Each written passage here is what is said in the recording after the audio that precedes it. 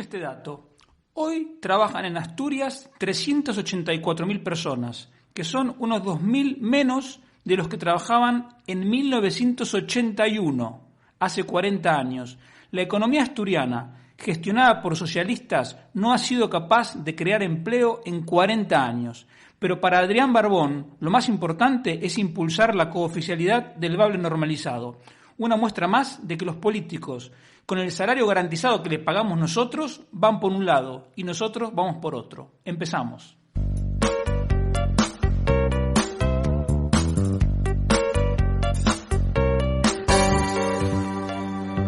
Economía Hoy, con Diego Barceló.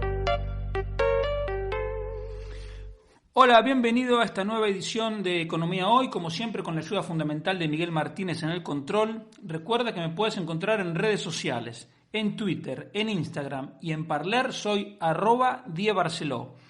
Y en Facebook, LinkedIn, YouTube y Telegram me encuentras por Barceló y Asociados. En el canal de Telegram te puedes suscribir gratuitamente para recibir los artículos que publico y también otro material.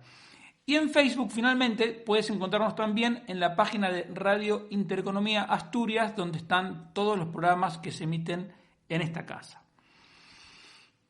La primera noticia económica de la semana es el acuerdo por el cual se decidió extender por 4 meses más los ERTES. En primer lugar, mencionarte que a mí los acuerdos entre patronal, sindicatos y gobierno no me gustan porque son de raíz fascista.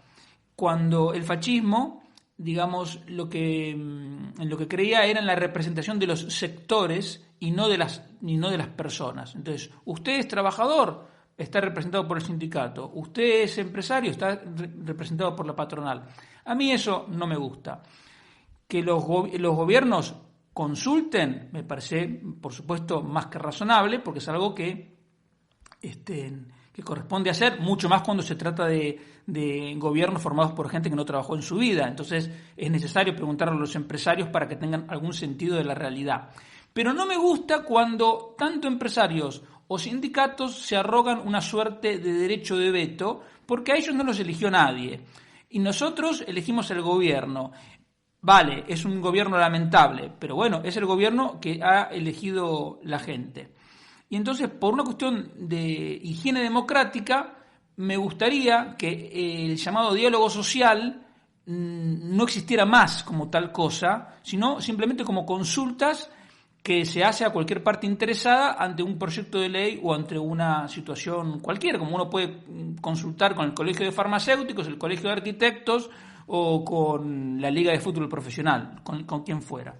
Pero no me gustan, insisto, cuando esto se plasma en acuerdos tripartitos, porque, como te dije recién, son de inspiración fascista y a mí el fascismo no me gusta. El tema de los ERTES, a ver, lo han extendido 4 meses más. Vale, en principio uno dice, está bien, otra cosa no se puede hacer. Pero este es un ejemplo de un esquema que se va eternizando, ya dura más de un año y esto no puede seguir así. Por dos motivos. Primero, porque es insostenible económicamente. Y segundo, porque está mal acostumbrando a mucha gente a vivir sin trabajar. Yo sé que hay de todo y que hay gente que efectivamente no ha podido volver a trabajar, pero también conozco casos de gente que estuvo cobrando su ERTE permanentemente y su empresario estuvo pagando unas cotizaciones sociales reducidas, pero digamos haciendo esfuerzos por mantener el puesto de trabajo. Los vuelven a llamar para trabajar, algunos ponen pegas, ponen, ahora no puedo, o sea, es algo increíble, ponen pegas para volver a trabajar. Y finalmente hay casos de gente que vuelve al trabajo y a las 2 semanas renuncia. Claro, se acostumbraron a vivir sin trabajar y ahora que tienen que volver a trabajar, pues hay algunos que no quieren. Evidentemente no digo que esta sea la situación general, lo que sí estoy diciendo es que en el diseño de los ERTE hay un desbalance, un desequilibrio, porque hay muchas obligaciones para el empresario, por ejemplo, no poder despedir al personal en 6 meses, pero no hay ninguna obligación para el trabajador. Entonces, que un trabajador cobre durante 8 meses un ERTE y cuando lo recuperan para trabajar a las 2 semanas dimite, pues me parece un abuso. Entonces, esa persona lo que tendría que hacer es reponer a la seguridad social al menos una parte de las cotizaciones que se exoneraron, porque lo que hizo el empresario fue cuidar del puesto de trabajo y el resto de la sociedad, los contribuyentes, hicieron un esfuerzo para mantener ese puesto de trabajo. Y esa persona lo que ha hecho es abusarse de esa protección, que es decir, abusar de sus vecinos, abusar de sus conciudadanos. Entonces, ojo, porque estoy seguro que hay muchos casos así, entonces, digamos, es una injusticia. Por supuesto que el gobierno que está conformado, liderado por un mentiroso sin escrúpulos y acompañado por muchos demagogos, esto no se ha tenido en cuenta ni se tendrá en cuenta. Pero yo te cuento a ti las cosas como son y una forma más de ver cómo la demagogia se traduce en desequilibrios normativos que finalmente redundan en un sobrecoste para ti como contribuyente y en una injusticia más, a pesar de que se llenan la boca hablando de equidad. Pero ya me dirás, ¿qué hay de equitativo en pagarle a una persona un salario por no trabajar y el día que tiene que trabajar dice, no, ¿saben qué? Ahora ya no puedo? Hombre, por favor, me parece un abuso. Y además, si el esquema de los ERTE se eterniza, al final se transforma en un nuevo ingreso mínimo vital. Y hablando del ingreso mínimo vital, se ha cumplido un año de la aprobación de esa norma, a la que tú sabes que yo siempre me opuse y me pareció lamentable que el PP votara a favor, lo que muestra que muchas veces se dice una cosa pero luego no hay agallas o no hay simplemente convicciones suficientes como para oponerse a una ley. Pero dentro de todo hay una cosa buena, que el ingreso mínimo vital está avanzando mucho más lentamente de lo que pensaba el gobierno. A lo mejor lo hacen a propósito porque saben que es algo que no se puede pagar, o a lo mejor lo hacen por simple ineptitud. La realidad es que el alcance que está teniendo el ingreso mínimo vital es mucho menor del inicialmente previsto. Y eso es algo que tenemos que festejar. Como contribuyentes y para el funcionamiento de la economía, porque una persona digamos que no puede cobrar el ingreso mínimo vital, y no quiero ser injusto porque, insisto, yo siempre digo que hay situaciones que sí merecen la ayuda del resto de la sociedad, gente, ancianos que están solos, niños huérfanos, gente con enfermedades raras, gente con discapacidades, toda esa gente por supuesto que merece una ayuda permanente. Pero estos esquemas lamentablemente acaban ayudando a gente que no tiene la menor intención de aportar al sistema y sí tiene la intención de vivir del sistema.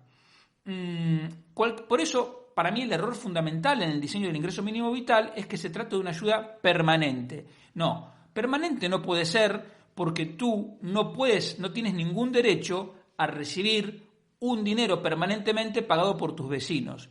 Sí tienes derecho, en una sociedad civilizada, a que estás en una mala situación, no tienes familia, estás solo, no tienes nadie te puede ayudar, entonces el resto de la sociedad dice, ok, no te preocupes, yo te echo una mano, y entonces tú te pagamos un salario para que te capacites, hagas un curso, lo que sea, y puedas empezar a trabajar. Y eso no creo que nadie se oponga. Yo, desde luego, no me opongo. Lo que me opongo es a que una persona se sienta con derecho a vivir permanentemente del trabajo ajeno. Y eso es absolutamente injusto. Y como este ingreso mínimo vital está pensado al final, para maximizar el voto cautivo, el hecho de que avance más lentamente de lo previsto, creo que es algo para celebrar. Y por eso mismo me llama poderosamente la atención que periodistas o medios de comunicación, digamos, serios o como mínimo razonables, critiquen al gobierno por esto. Es lo único que está haciendo bien Pedro Sánchez, que el ingreso mínimo vital avance lento. Yo por eso a Pedro Sánchez le diría, muy bien, es lo único que estás haciendo bien. Pero, ¿cómo vamos a criticar porque avance lento una ley a la que nos oponíamos de entrada? No hay coherencia. Por eso digo que muchas veces, incluso entre los propios aliados, hay una falta de claridad conceptual que lleva a mantener posiciones incoherentes. Bueno, y si a eso le sumamos los intereses políticos, llegamos a muchas cosas que lamentablemente no se entienden. La segunda noticia: salieron los datos de ventas del comercio minorista de abril. Y otra vez está pasando lo que yo ya te vengo anticipando. Si tú miras el dato, te da que las ventas minoristas en abril crecieron un 35% con relación a hace un año. Entonces tú dices, 35%, ya hay una recuperación fuerte. Pues no. Lo que ocurre es que el año pasado las ventas de abril se habían desplomado y por lo tanto, si tú comparas contra un mes, abril del año pasado, en que la economía estaba cerrada por el confinamiento, y lo comparas con el abril pasado, que fue un abril medio normal, evidentemente en este abril medio normal las ventas fueron mucho mayores. De hecho, cuando tú comparas las ventas de abril de 2021 con las de abril del 2019, encuentras que están más de un 4% por debajo. O sea que hay una recuperación, sí, pero no podemos decir ni por casualidad que sea algo vigoroso. Y ahora te voy a dar algún dato más.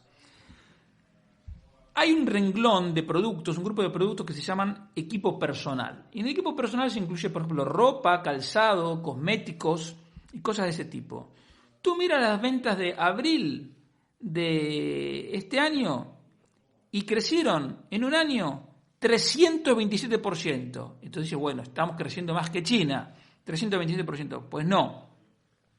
Lo que pasa es que el año pasado las ventas de esos productos prácticamente habían desaparecido.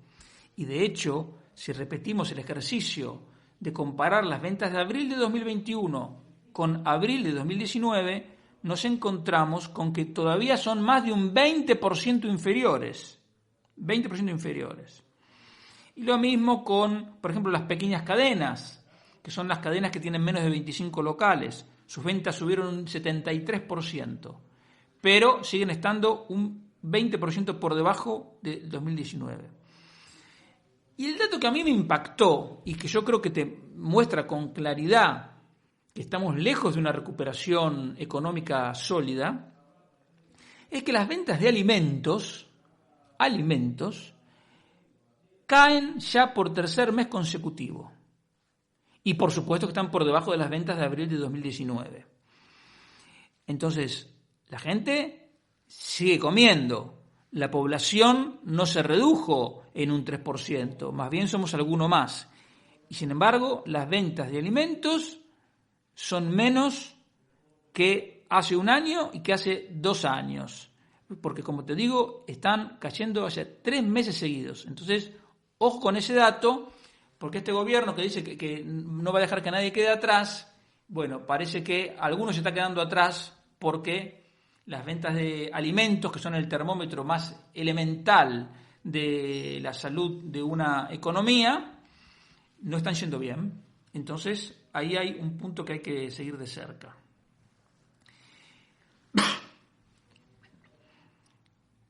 Publicó la OCDE, la Organización de Cooperación y Desarrollo Económico, un informe sobre la economía española. Y siempre es interesante ver qué dicen los informes, porque hay gente, digamos, aunque vamos a ver que tienen, digamos, es gente seria, aunque en algunos puntos está equivocada. ¿Qué dice este informe? Dice, en primer lugar, ojo con las cuentas públicas. Dicen, esto hay que empezar a enderezarlo. Dicen que, bueno, a ver, la OCDE no tiene ningún poder sobre el gobierno español. Entonces, lo único que puede hacer es como de buen amigo. Yo te recomiendo, te aconsejo. Entonces, por eso usan buenas palabras y por eso el lenguaje de todo el informe es así suave, porque quieren persuadir. En eso está bien porque no tienen otra alternativa. Entonces lo que le está diciendo la OCDE a Pedro Sánchez es: las cuentas fiscales las vas a tener que ir arreglando porque esto no es sostenible. Si quieres, puedes esperar a que la economía esté un poco más sólida, pero luego tienes que presentar un plan serio, creíble, porque si no, esto se puede desbordar. Eso es correcto. Ya la OCDE pone algún cuestionamiento en los ERTE, porque claro, la OCDE dice con toda razón: si tenemos sectores que están hundidos, caso la hostelería, y hay otros sectores que ya están creciendo, por ejemplo, información y comunicaciones, lo que tendría que hacerse con los ERTE es asignar algún mecanismo, algún incentivo para que la gente se reasigne de un sector a otro. Es decir, lo importante es que la gente trabaje, no que siga trabajando en la misma empresa y en el mismo sector. Entonces, lo que dice la OCDE es: está muy bien el ERTE, ha mantenido los ingresos de la gente, ha contenido el aumento de la tasa de paro, pero está como atando la suerte de cada trabajador a la suerte de la empresa que lo empleó. Dice, ¿no sería más práctico dar incentivos para que esa gente tenga libertad de buscarse otro trabajo en otro sector que esté creciendo, que esté necesitando, sin perder los beneficios del ERTE, es decir, hasta que no tenga un nuevo trabajo? Y por eso está lo que yo te decía, de que hay gente que se ha acostumbrado a vivir sin trabajar. Entonces, pero bueno, cualquiera que mire el problema con seriedad se da cuenta que eso así no puede ser, porque entonces si la hostelería tarda 3 años en recuperarse, que vamos a estar 3 años manteniendo a la gente que trabaja en la hostelería. No, hombre, ya tienes que pasarte a otro sector, a hacer otra cosa. Como, digamos, yo sé que esto a alguien le puede sonar un poco duro, firme, frío, como lo quieran llamar, pero en realidad eso es lo que hacen los autónomos todos los días. Si tú eres autónomo y vendes zapatos y estás 2 semanas que los zapatos no se venden, te aseguro que a la 3ª semana ya empiezas a probar con otro producto. Pantalones, camisetas o guitarras, lo que sea, pero tienes que vender. Entonces, claro, el que está acostumbrado a trabajar en relación de dependencia no tiene esa flexibilidad. Por eso es importante darle los incentivos, porque la realidad sigue siendo la misma. La riqueza surge del trabajo de la gente y no es justo ni sostenible que unos vivan del trabajo de otros. El tercer tema que menciona con toda lógica la OCDE es el de las pensiones. Dice, España tiene una población que se va a seguir envejeciendo, hay que tomar medidas porque el gasto vinculado con el envejecimiento, tanto en pensiones como en salud, va a disparar el gasto público y otra vez volvemos a las cuentas públicas y al tema de la deuda pública. Para que veas en qué medida usan un lenguaje exquisito, digamos, como que no quieren ofender a nadie, la OCDE dice que la subida del salario mínimo, como no se hizo de forma gradual, sino que se hizo de golpe, dice, ojo que podría perjudicar a los colectivos más vulnerables. Los colectivos más vulnerables son los parados y la gente sin capacitación. Claro, podría perjudicar, pero en realidad no es podría perjudicar. Los ha perjudicado y los sigue perjudicando. Estuve mirando la serie de datos y el servicio doméstico, que es un sector donde mayoritariamente se cobra el salario mínimo, es el único que viene destruyendo empleo, no recuerdo exactamente el mes, pero digamos desde comienzos de 2017 hasta marzo pasado, destruyendo empleo todos los meses. ¿Y tú qué te crees? ¿Que porque la gente de golpe decidió prescindir del servicio doméstico? ¿O no? Es por el salario mínimo. Entonces, esa gente o perdió su empleo o está trabajando en negro. En cualquiera de las dos circunstancias está peor que como estaba antes. Pero claro, no olvidemos que el aumento exagerado y fuera de toda lógica del salario mínimo, era una exigencia de los aliados comunistas del gobierno de Sánchez, Pablo Iglesias y compañía, que ellos aspiran a demoler nuestro sistema económico y nuestro sistema de libertades. Por lo tanto, a ellos no les importa que perjudique la creación de empleo. Al revés, es lo que quieren, porque por un lado destruyen la creación de empleo para esa gente y luego le dan el ingreso mínimo vital para que vivan sin trabajar y se sientan dependientes y agradecidos, por lo tanto, voto cautivo. Y así de a poco se van minando las bases de nuestra prosperidad para ir construyendo el sueño socialista bolchevique de Pablo Iglesias. Por eso, en realidad, lamentablemente... Pero bueno, como te decía antes, como el presidente es un inescrupuloso y no le interesa nada con tal de mantenerse en el poder, yo quiero creer que Sánchez sabía que iba a destruir empleo en los colectivos más vulnerables porque dicen que ha estudiado economía. Vale que el doctorado lo haya plagiado, pero quiero creer que las carreras de grado, alguna tiene que haber estudiado, y por poco que hayas estudiado, esto lo tienes que saber. Pero, como es un inescrupuloso, dice, bueno, que no importa, chao.